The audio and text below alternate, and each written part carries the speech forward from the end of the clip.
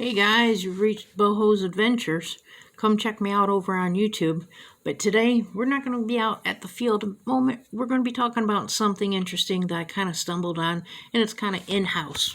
And I don't know if many of you guys know about it, but I thought I'd talk about it and the correlation of it. I don't know how many of you guys have seen the movie called National Treasure, right? I don't know if you've seen that movie or not. But yeah, check out that movie because it's going to correlate with it, and it's kind of interesting what we find. I don't know. And then also, too, the quarters, okay, the state quarters, they all have some kind of monument from each state, right? But there's also heirs. The heirs are worth more money than the regular coins. So, yeah, that's one of our national treasures. I guess you could say that's like in hidden code, okay? But then the other thing is there's some truth to the National Treasures movie, kind of like a pre-programming thing, that actually does kind of hide away the information and knowledge that a lot of these monuments do house a lot of treasure.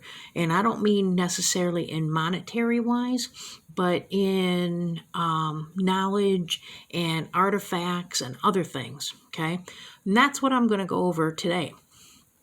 And some of you guys, you can look in your own coins, look in what's in your pocket. You know, your quarters have it, your pennies, nickels, your dollar bills, all that.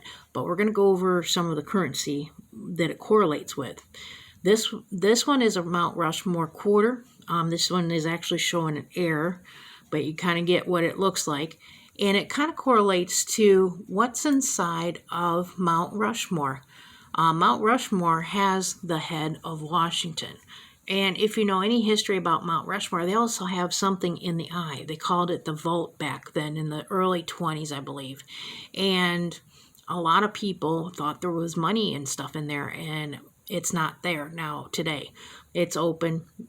This area is not open to the public. It has to be a special permission by the interior to the park ranger to allow you to go in. But they have in one of these, in the vault area now, is this little box that they house right there. I don't know if you guys can see that or not, but that box right there actually houses like our founding fathers' documents, the articles, the Constitution, everything, but it's engraved in metal so that it lasts for a long time, because of course paper with the elements won't last very long. And this is housed in stone, but at the same time too, it was also covered over so that it didn't even reveal even this part of it.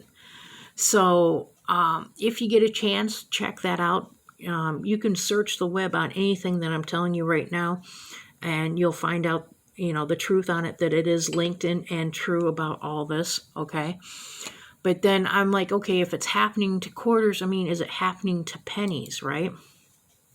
So we were going to go over the Washington Monument, because the Washington Monument is also found on pennies, right? So when I looked at it, I says, well, okay, let's check this out. So we have the Washington monument on the back of pennies. Is there any value in that? You know, not only just for the monetary part for the penny itself, but also for maybe the monument itself. So I came across this 1972 penny, and evidently there's a special mark on it, whether it's an S or a D or something else, that makes it the top 5 most valuable pennies in the world, or especially in the United States. And I guess this is one that hasn't been in print very long, or something happened to make it worth that value.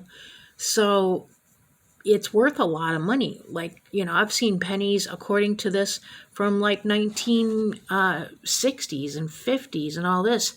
And they're showing what they're looking at, what makes it worth a lot of money. These are kind of like heirs. They call it a small rim cud, I guess. And this is what's making these monumental money factor of coinage and paper worth more money than the actual face value of it. So that in a way is kind of like a national treasure, because it's dealing with, our monetary system and the monuments that are placed on our monetary, different coinages and paper money and all that stuff, right? So I thought that was kind of interesting. And then I'm like, well, is there any correlation? See right there, that's the number, I guess, of that particular penny, I guess, that is worth some value. But anyway, what I thought was kind of interesting is like, okay, well, does it have any correlation to like our actual, Washington Monument? So there is a place here on YouTube with something called What's Inside Family.